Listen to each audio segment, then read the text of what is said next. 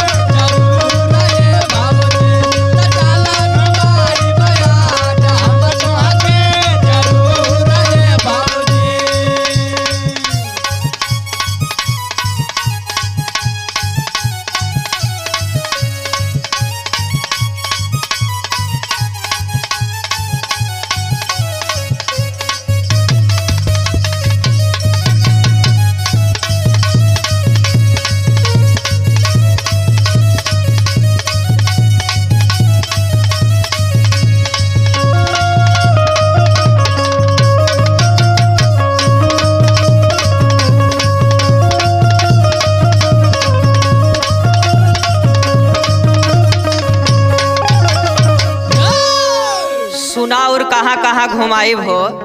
बोला कहाँ कहाँ घुमाई? अरे कोठवार बाजार घुमाई और सिद्दीकपुर। अरे खाना खजाना में खियाईब।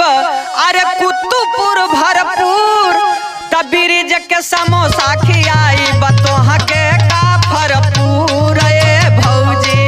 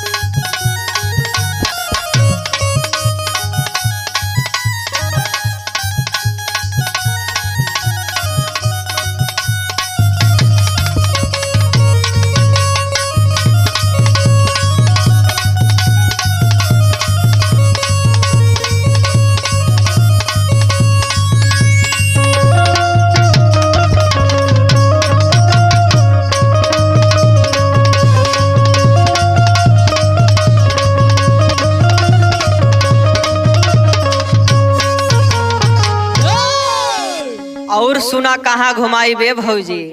सुनावा। अरे नईगंज से करमगंज घुमाई लक्की ढाबा। अच्छा अच्छा। अरे मनबा जवन खाए के खाला।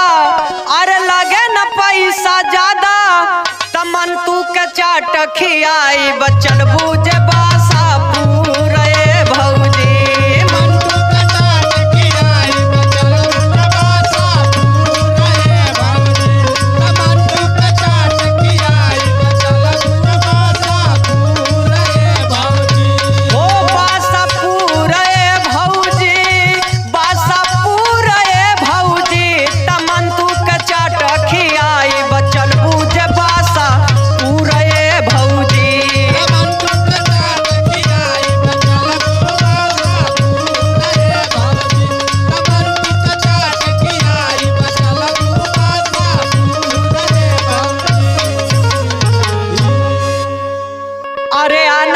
पनियरिया से घुमाई भकुरा गाँव। अच्छा अच्छा। अरे जहाँ के अमर शहीद राजेश सिंह अरे बाटे बहुत नाव तमुन्ना मतलबी के घरवा